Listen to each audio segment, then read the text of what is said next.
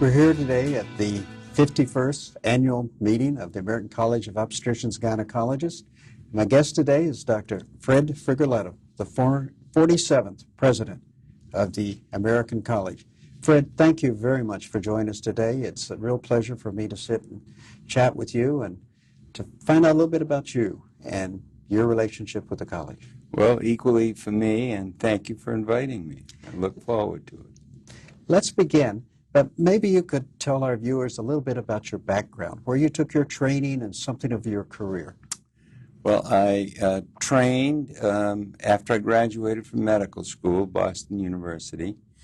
I wanted to train at the Boston Hospital for Women, or formerly the Boston Lying-In Hospital.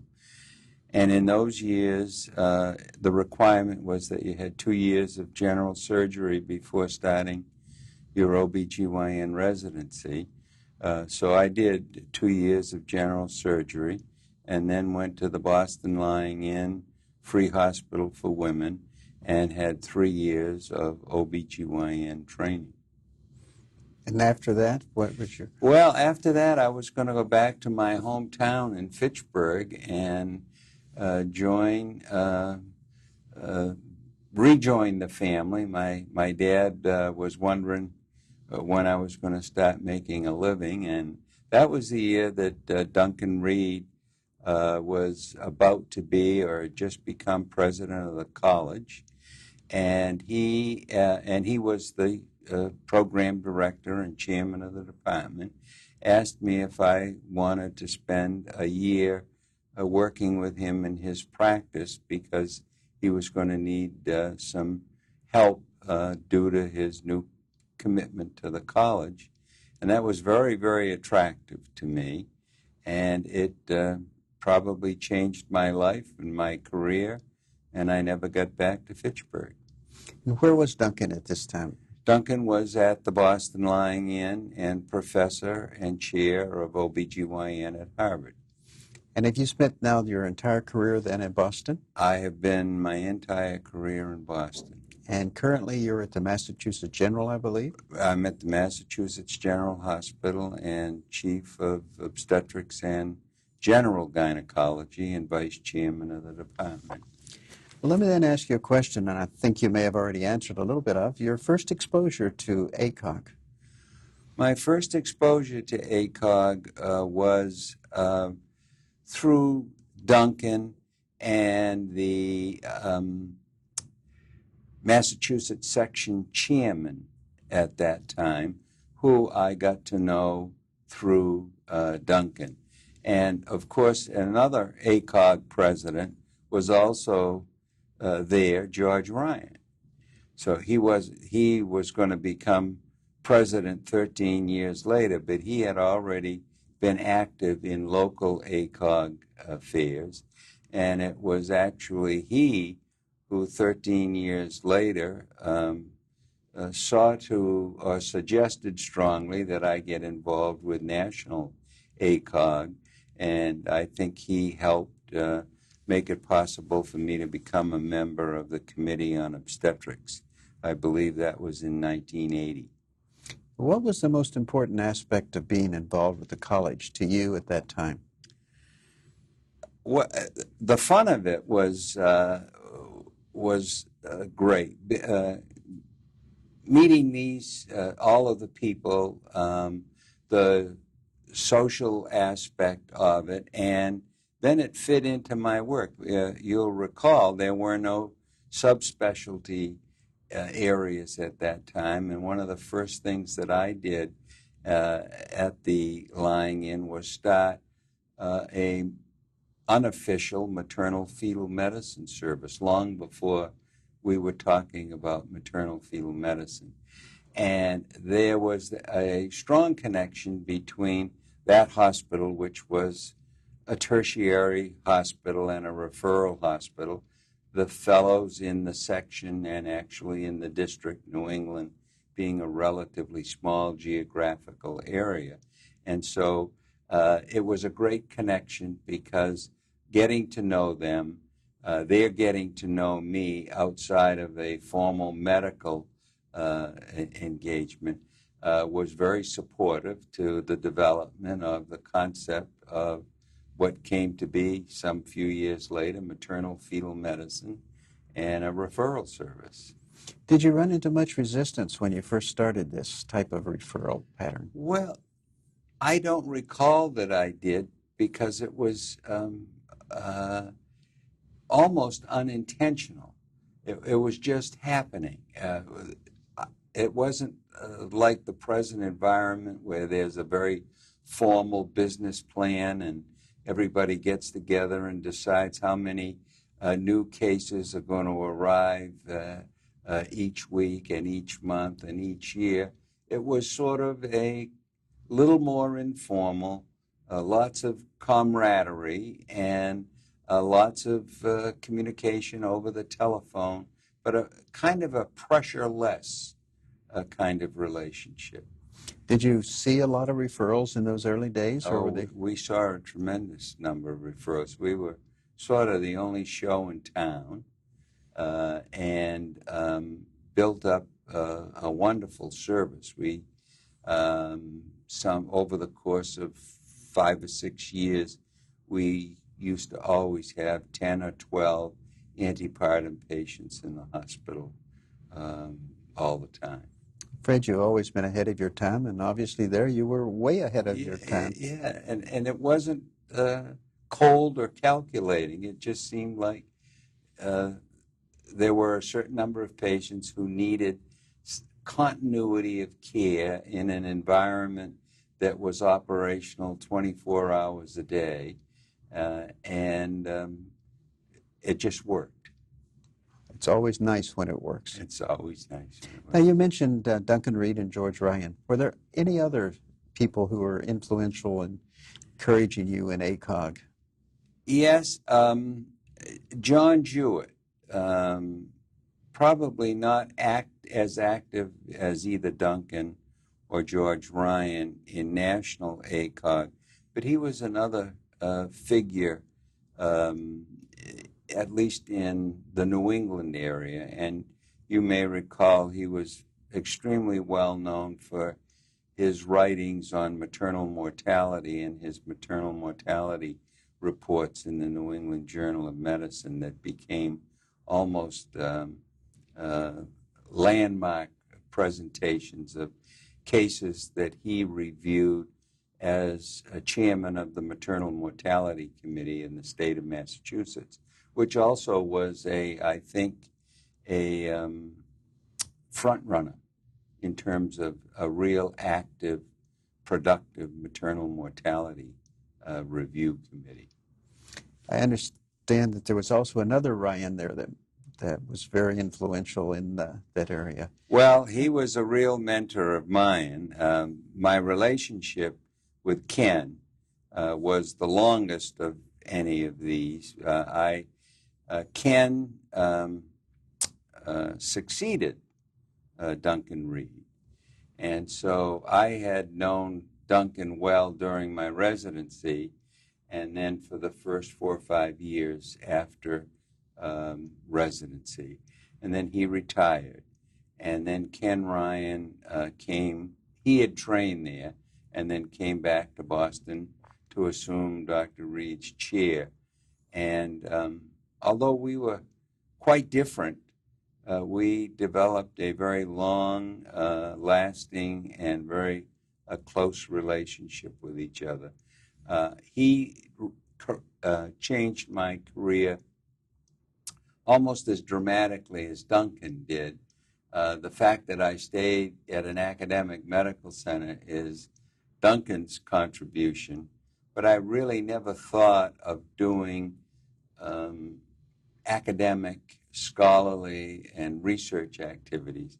But the way to keep on the right side of Ken was to pay attention to that side of the discipline. And he was a real force in encouraging me to do that. Having looked at your curriculum vitae and all the pages of articles, I think he must have been a very influential person. Very, very influential. Now, as I said earlier, you were the 47th president, and during that time, you had a lot of very interesting things take place, as I recall. What would you say were the highlights of your presidential year? Well, the highlight, I think, and it's going to take a few more years to be sure, but I think starting the realization that a longitudinal electronic medical record was a thing of the future was what I considered an opportunity. It wasn't that I introduced it, but we certainly had an opportunity to publicize it in a way that it hadn't been publicized before. And so that was a great contribution. Being a very close colleague of Ken's, the other area that I hope I made a little contribution to, you'll recall that at that time there was a lot of interest and reaction to the so-called partial birth abortion issue, and I think with the help of the college, we made a contribution in trying to define and put some realism into what this was all about, the frequency with which the so-called mid-trimester terminations were done. It was an opportunity, again, to try to make sure that women have choice. It's an issue which is still on the burner. Have you changed your mind in any way? No, it's frustrating. This morning, going to the convention center to see the placards, to see who's holding the placards, and to see how distorted it is and one-sided causes me the same kind of concern as it did back then. Let me take you back now. You've had 6 years to think about what happened in your presidency. If you could do it over again, what changes would you make, if any? In the presidency? Yes. I don't know that certainly I would have, I was taken by the need for an electronic medical record then as I am now. I think it may even fit tighter now with some of the malpractice concerns that we have, and the fact that if of all of the factors that we might be able to help to manage the situation, having good documented records that can be retrieved, read, and is important. And we haven't quite got there yet. Certainly the majority of our records, or many of our records, are not readable. Frequently they're lost and they're incomplete. So that I wish we could have done more.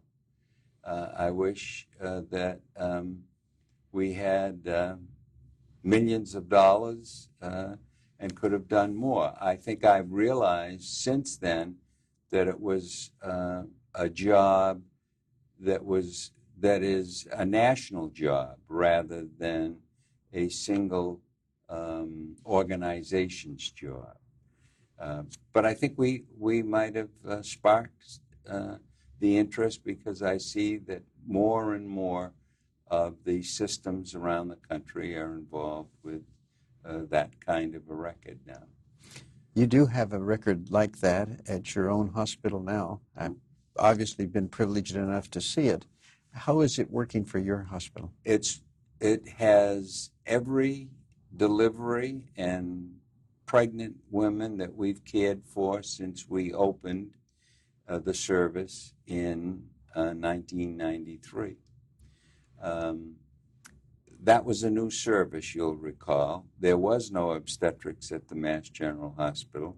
the Harvard system had all of their obstetrics at what was the Lying In, and then it was moved over to the Brigham. And then with managed care, it became imperative for this academic medical center, an acute care hospital, to be full service if they were going to survive. And so they decided to develop an obstetrical service at the Mass General. And I had the privilege of starting that with my secretary of then 12 years and myself, and a building, and a new building that was a shell. It was going to be new medical surgical beds, but at that time everyone decided that we were overbedded, so it was undeveloped space. And we had then this shell, myself, my secretary, and I think $23 or $24 million. And we now have a faculty of 38, and we're doing about 3,500 deliveries a year. It's the largest single faculty practice in New England. And I understand your system is an integrated system between inpatient, outpatient, and remote centers. Absolutely. Absolutely. We have patients take care of patients at 5 neighborhood health centers. They're all networked into this system, which means that if you, a patient, are seen this afternoon at 3 o'clock, every single piece of information that was available at 3 o'clock entered into the computer is available throughout the system instantaneously. Have you noticed any problems with the system? If you could improve it, make it better, what would you do? We're on version, I think, 32.8, so it's constantly being revised. It gets more user-friendly. Initially, it didn't create a discharge summary for you. Now, a discharge summary is populated from the data that you've entered in as you've cared for the patient through her prenatal course, labor, delivery, and postpartum care. So we're constantly making it better. Consultations are incorporated into the record now also. How are we going to get the general OBGYN to accept that the electronic medical record is integral to their practice? With time and education, and my staff just have no trouble with it. Even the new folks that arrive, it's rather user-friendly, and I don't have any resistance to to their adopting it as the only record that we have for our obstetrical patients. So I think it's a matter of because they come in and they're associated with immediately find people who have already become accustomed to it. And so they're helped initially in the first week or 10 days to be able to interface with the system. But it's very, very user-friendly. And we haven't had any resistance to its use at all. You think that this type of activity, as our students become more computer-friendly and our residents become more computer-friendly, will then be accepted? They take to it like you and I take to ice cream. Well, being in New Orleans, obviously ice cream contains bananas and a few things else on top of it. Let me take you back, all the way back then, to establishment of your maternal fetal unit. Yes. Since you were one of the new ones and was well accepted, when the American board started approving maternal fetal medicine, there was a lot of resistance in the United States. Why do you think you had such a successful time and the rest of the United States ran through some turmoil? Well, I think the turmoil may have been related to the process of certification. I think whenever you try to impose on a subset of people a card or a diploma that might separate them from the rest of their colleagues. People are a little concerned that you're creating the thems and the those. It didn't get involved with what your credentials were. It was what we were offering were special services by people who were readily available and by a nursing staff who was readily available. And then we were building our own expertise in an area as we were going along in an area that sort of had never been organized or systematized. So we were offering a system. I think as it progressed, not only was there a system, but then we were developing a cadre of people who some were afraid would have special privileges, perhaps, or control things in a manner that would interfere with the way they did things. I think that had something to do with it. But we were not, when we first started out, singling out so much people as a system. When this system became in effect a number of years ago, we got into regionalization programs in hospitals. Now it seems with managed care, these regionalizations have all broken down. What do you see will now be the future of this type of high-risk obstetrical care? Well, we're seeing that. That is a reality. And I think it's also driven, there's an economic overlay that drives from this to occur. We're seeing it in New England now, that good community hospitals feel the need to provide level 3 services, neonatal and obstetrical services. And our state, Massachusetts, early on had rather mature, developed guidelines for the establishment of level 1, level 2, level 3 facilities. And there is a process going on now which is attempting to break that down so that this can be distributed. And we're sort of for that. We've trained a lot of people. They've gone out to community hospitals, large community hospitals, and we feel that if they meet the criteria, just because they aren't in the big city doesn't mean that they should be prevented from providing these services. Women don't like to be separated too far from their family geographically. So if their loved ones have to travel 30 miles when there's a very adequate facility, if there's a very adequate facility, we're very open to modifying the guidelines, which actually, although they've been revised, they're basically as they were written in the mid-'80s and probably more restrictive than they have to be now.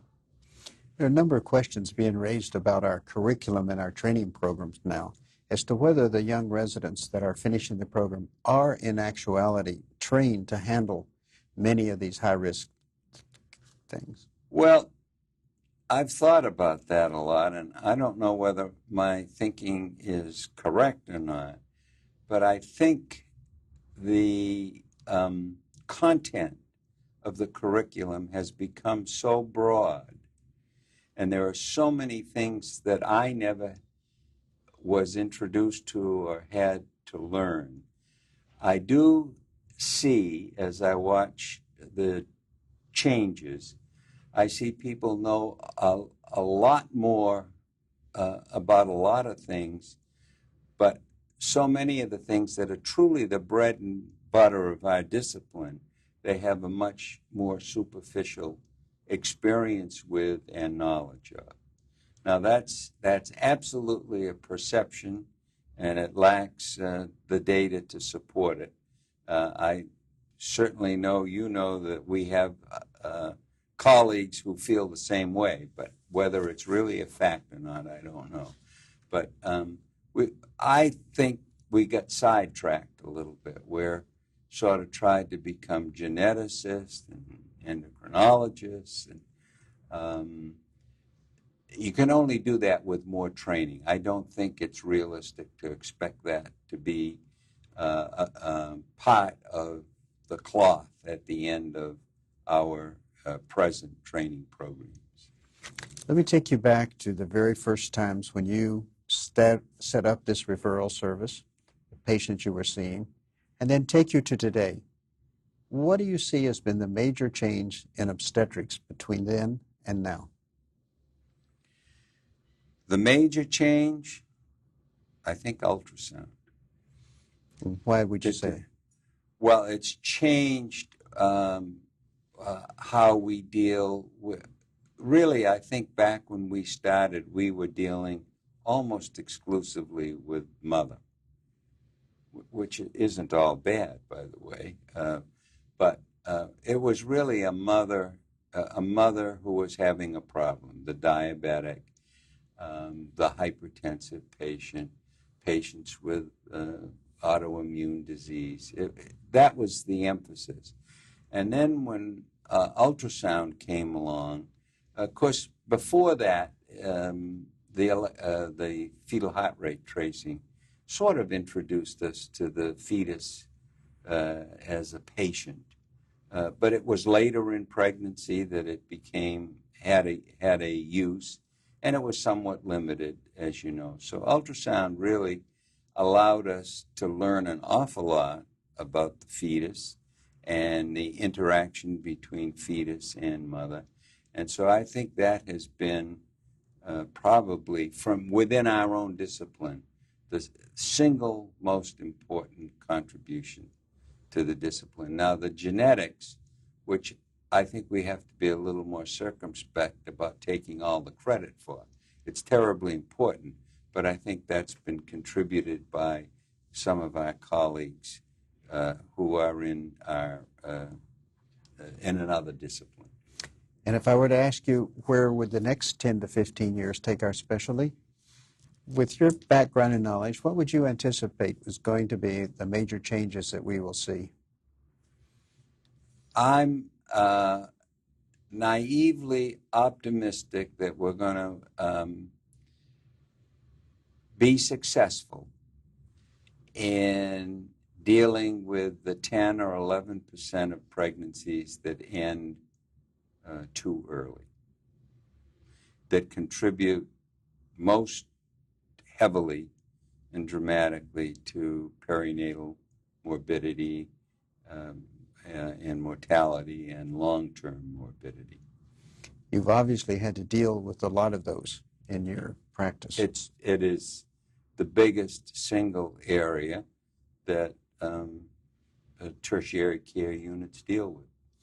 You are obviously a known academic researcher and well knowledge in these fields. Do you think it will be a single cause we're looking at, or do you think we're looking at multifactorial? I'm certain it's multifactorial. And my optimism is now pointed at a subset of the premature. I don't think there's a silver bullet that will cure it all. What do you think the college could do to help facilitate this? Well, I think this is a monumental task, and I'm very pleased that the multi-agency approach that is going on now with the March of Dimes and the Academy of Pediatrics and the college is the way to go. Hopefully, NIH will also be able to help, because this is so important. As I've been thinking about it, you know, if you take the drug, the clot buster, the publicity that's got, and its I can't imagine why we're still wondering whether or not this latest progesterone shot. It's a single shot. When they first did the clot buster drug for breaking up pulmonary emboli, it got all kinds of interest and utilization. We go